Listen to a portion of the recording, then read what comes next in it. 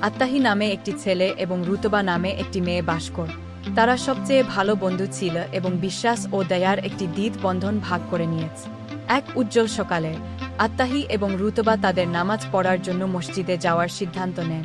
গ্রামের মধ্য দিয়ে হেঁটে যাওয়ার সময় তারা দেখতে পেল একজন বয়স্ক লোক একটি ভারী ছুরি ফলের জন্য লড়াই করছে। বিনা দ্বিধায় আত্তাহি এবং রুতবা তাকে সাহায্য করতে ছুটে গেল। একসাথে তারা ঝুড়িটি তুলে লোকটির বাড়িতে নিয়ে গেল।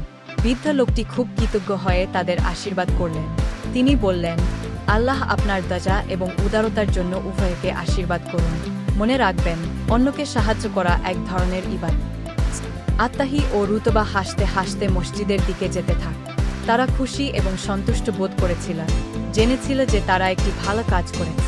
মসজিদে এসে তারা ওযু করে নামাজে শরীক হন।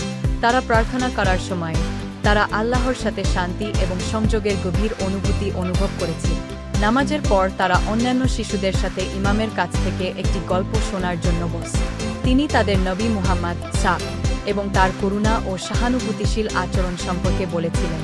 আত্তাহি এবং রুতবা মনোযোগ সহকারে শুনলেন। নবীর উদাহরণ দ্বারা অনুপ্রাণিত হয়। তারা মসজিদ থেকে বের হওয়ার সময় রুতবা আত্তাহির দিকে ফিরে বললেন, আমাদের সর্বদা সদয় হতে এবং অন্যদের সাহায্য করার চেষ্টা করা উচিত, ঠিক যেমন নবী মুহাম্মদ করেছিলেন। আত্তাহি সম্মতিতে মাথা নাড়। হ্যাঁ, রুতব, আমরা তার শিক্ষা অনুসরণ করে এবং ভালোবাসা ও দয়া ছড়িয়ে বিশ্বকে একটি ভালো জায়গা করে তুলতে পারি। সেই দিন থেকে আত্তাহি এবং রুতবা তাদের মিশন বানিয়েছিল যে কাউকে প্রয়োজনে সাহায্য করা এবং সর্বদা সহানুভূতি ও উদারতার সাথে কাজ কর। তাদের গ্রাম শীঘ্রই তার দয়ার জন্য পরিচিত হয়ে ওঠে এবং আত্তাহি এবং রুতবার গল্প অন্য অনেককে তাদের উদাহরণ অনুসরণ করতে অনুপ্রাণিত করেছেন। এবং তাই আত্তাহি এবং রুতবা বিস্ময়কর, যত্নশীল ব্যক্তি হিসাবে বেড়ে ওঠেন। সর্বদা তাদের বিশ্বাস এবং নবী মুহাম্মদ থেকে তারা যে পাঠ শিখেছিলেন তার দ্বারা পরিচালিত হয়েছেন। তারা সর্বোত্তম বন্ধু ছিল। তারা যেখানেই যায় সেখানে ভালোবাসা এবং দয়া ছড়িয়ে দেওয়ার জন্য তাদের মিশনে ঐক্যবদ্ধ ছিল।